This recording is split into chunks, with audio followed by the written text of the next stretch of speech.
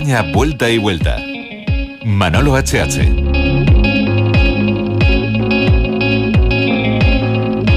Miércoles 5 de octubre, hoy se celebra el Día Mundial del Docente. A mí me gusta la palabra maestro, pero Día Mundial del Docente.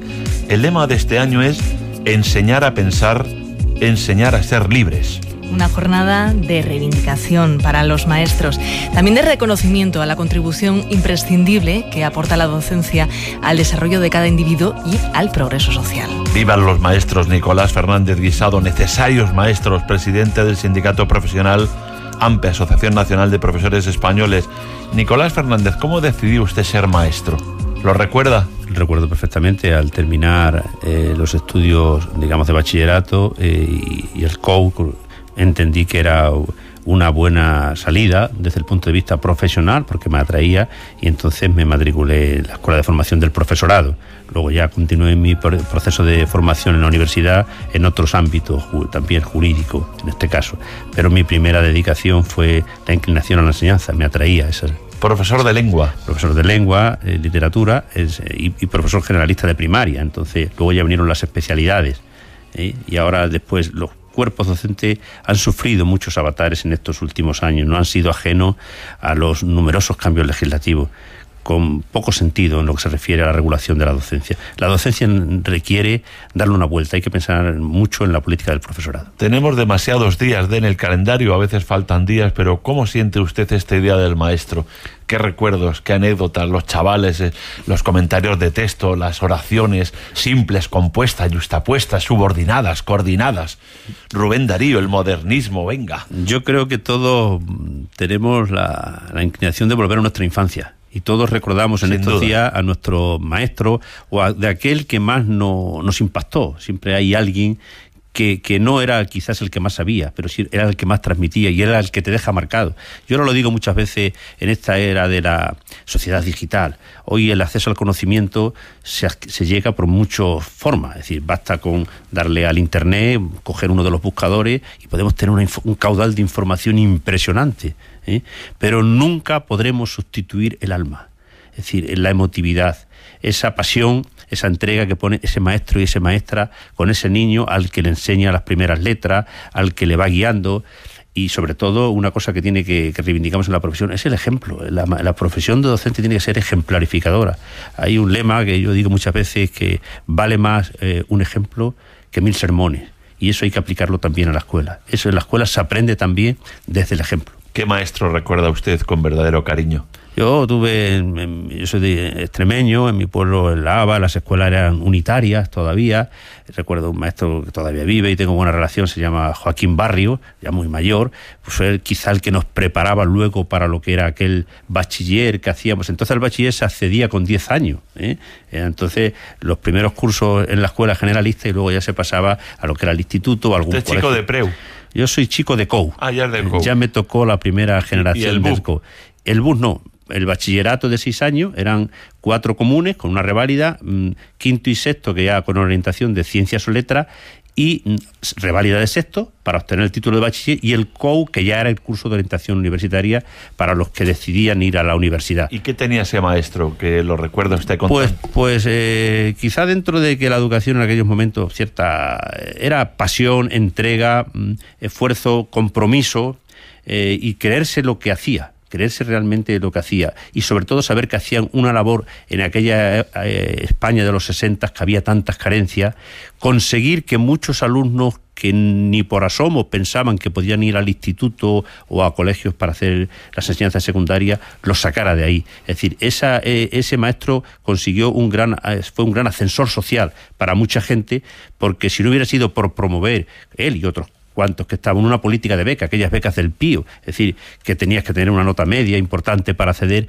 pero preocuparse de convencer no solo a los alumnos, sino a las familias. Había muchas reticencias, sobre todo, y hoy también reflexionamos, muchas mujeres, en aquella época la mujer estaba relegada muchísimo más que ahora a un segundo plano. ¿Cuántas chicas cuando terminaban ya con 14 años ya no tenían ningún otro camino? camino académico me refiero, porque no había ni motivación social ni motivación familiar para llevarlas al estudio en muchos sitios. Hablo de las zonas rurales, en las grandes urbes, y luego después la evolución fue mejor ya la Ley General de Educación del 70, dio un paso importante, y luego ya, por supuesto, las leyes educativas que han venido después, que con todas las críticas que les podemos hacer, y yo se las hago, sin embargo han conseguido la universalización de la educación. Es decir, hoy, afortunadamente, nadie puede dejar de estudiar por no tener medios, y todo el mundo tiene derecho a una... Otra cosa es que somos exigentes y queremos no solo el derecho a la educación de todo el mundo, sino una educación de calidad, que ese es el segundo paso. Me gusta mucho el lema de este Día Mundial del Docente: enseñar a pensar, enseñar a ser libres. Que cierto es, ¿verdad? Es que es lo más grande de la educación. La educación no está solamente en formar, yo qué sé, ahora se habla mucho de formar emprendedores, con todo el respeto, formar gente para el mundo financiero, para el mundo tal, para las nuevas competencias. Hay que formar personas, sobre todo que tengan un pensamiento libre y crítico. Y esa es la persona formada. Por eso nosotros yo defiendo las humanidades.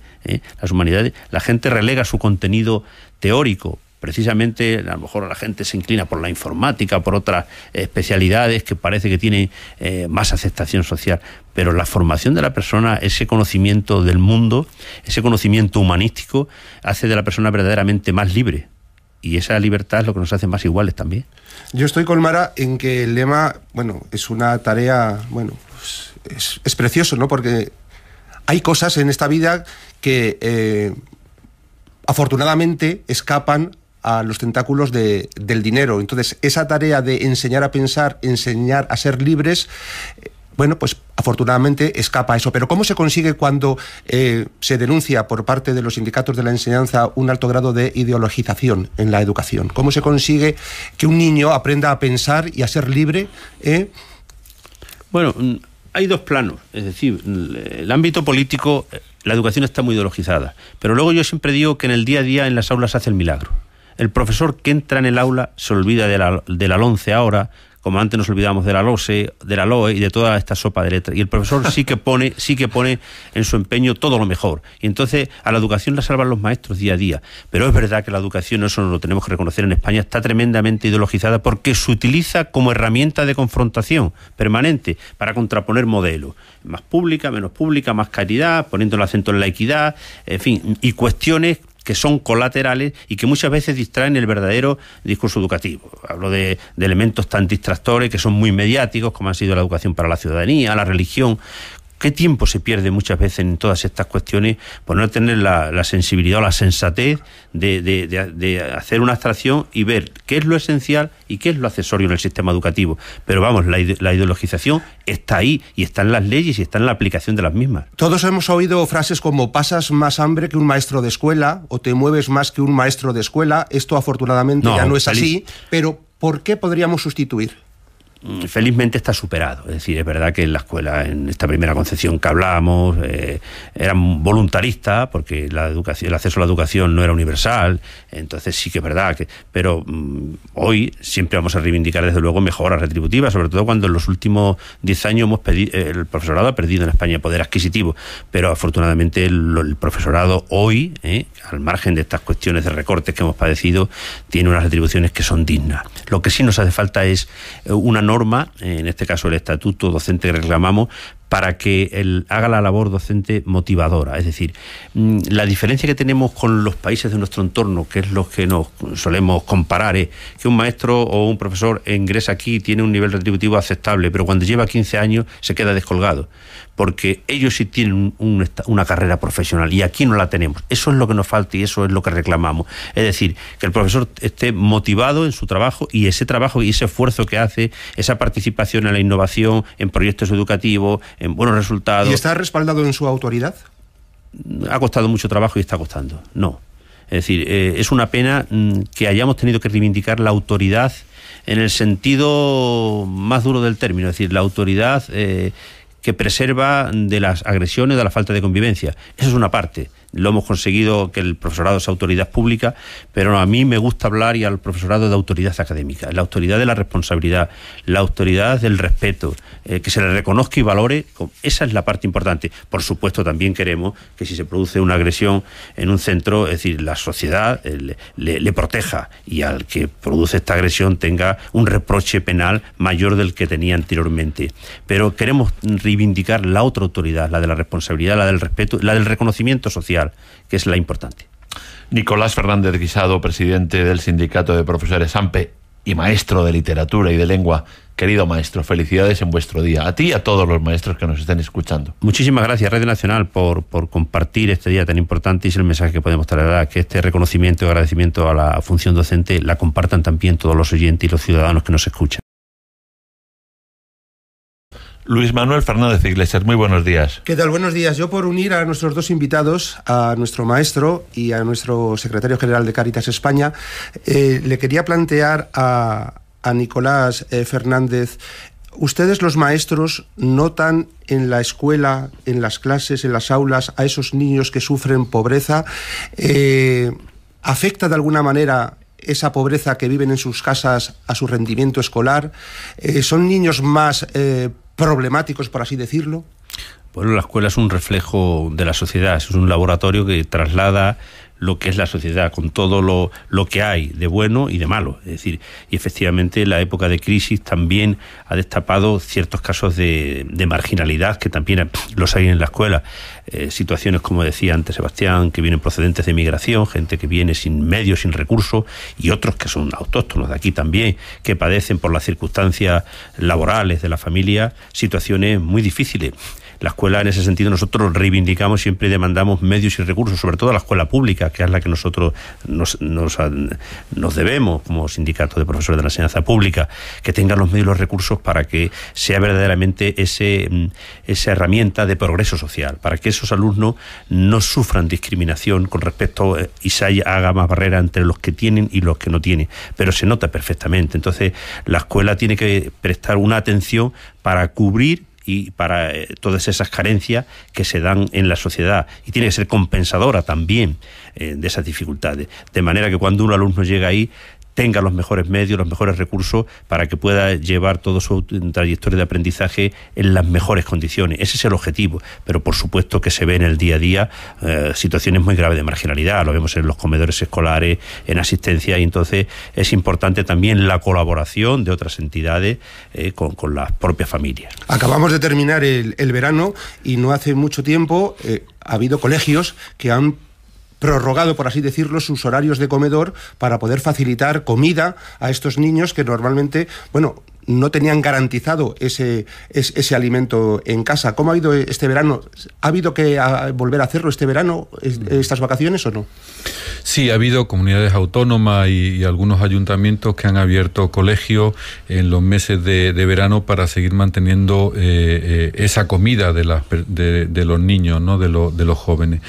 Pero me voy a atrever a hacer una reflexión. Es muy curioso cómo ha habido en algunas comunidades autónomas, algunos municipios, esta apertura de comedores escolares en verano, cuando está habiendo una reducción de las becas de comedor en invierno. Es decir, 9 meses de colegio. ¿Cómo se explica eso? Pues porque la política muchas veces es más política de efecto que de realidad. Y optamos por un efecto que es abrir un colegio en verano para que coman los niños, y sin embargo durante 9 meses que dura el curso pues vamos reduciendo las becas de comedor y muchas veces se llegan a tener problemas muy importantes. Fijaros que la pobreza infantil en España es muy alta, es más alta que la pobreza adulta, en torno a 4 puntos más alta, y que en la Unión Europea no quedamos muy bien en la fotografía de pobreza infantil, ¿no? Y eso evidentemente afecta al niño en su crecimiento biológico, en su crecimiento psicológico y educativo, ¿no? Es decir, ¿cómo va a ser igual mi hijo que tiene su mesa, su flexo, con familias que están viviendo varias en el mismo piso y compartiendo una habitación? ¿Cómo podemos hablar de igualdad a la educación ahí?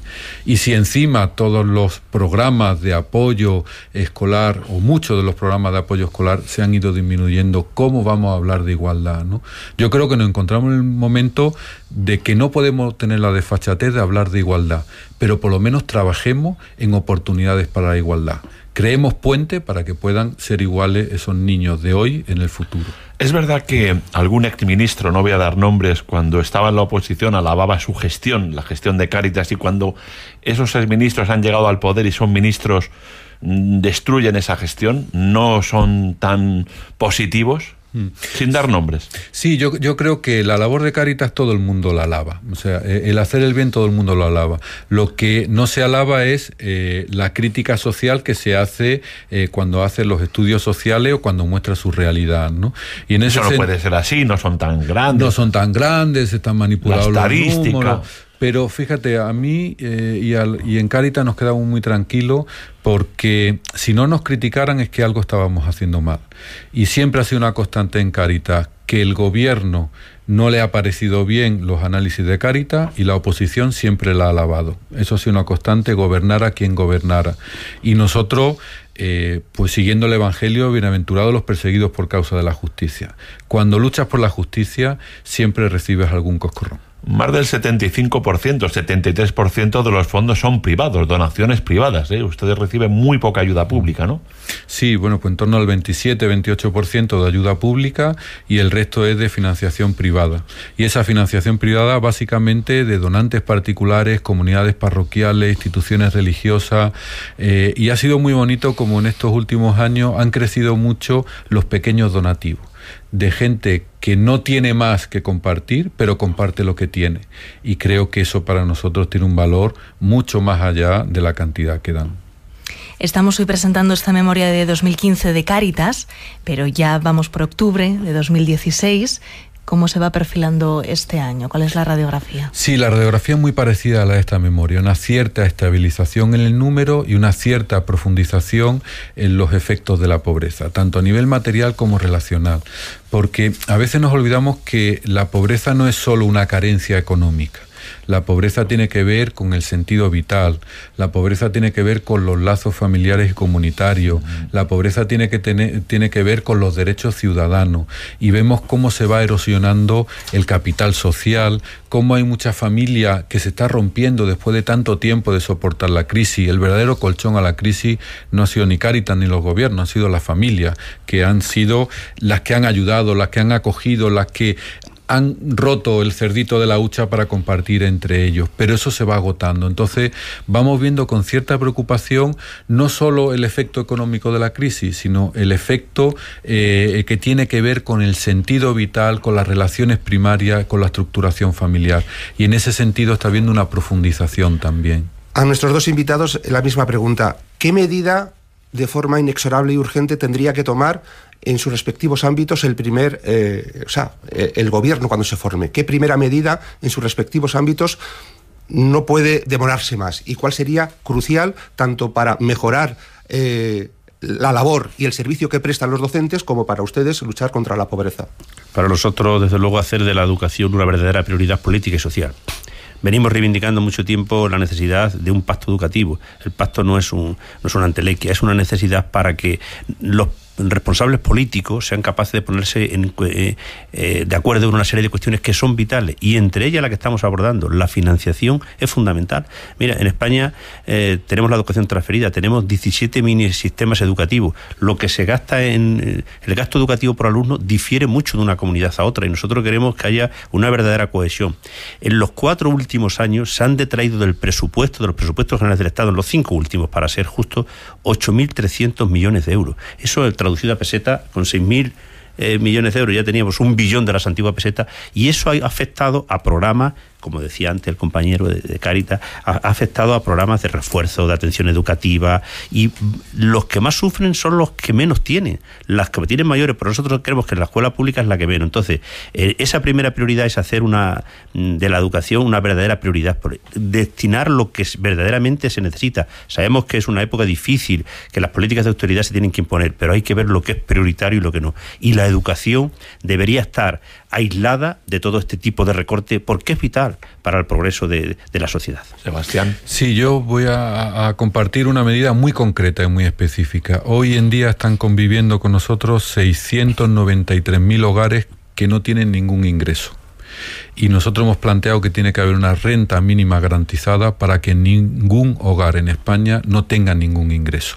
No podemos permitirnos como país, ni a nivel económico, ni a nivel ético, ni a nivel humano, el que haya hogares que no tengan ningún ingreso y no tengan la vida con un mínimo de dignidad y con un mínimo de calidad. Y eso está encima de la mesa del gobierno en funciones y estará encima de la mesa del próximo gobierno con una prioridad para hacer ya.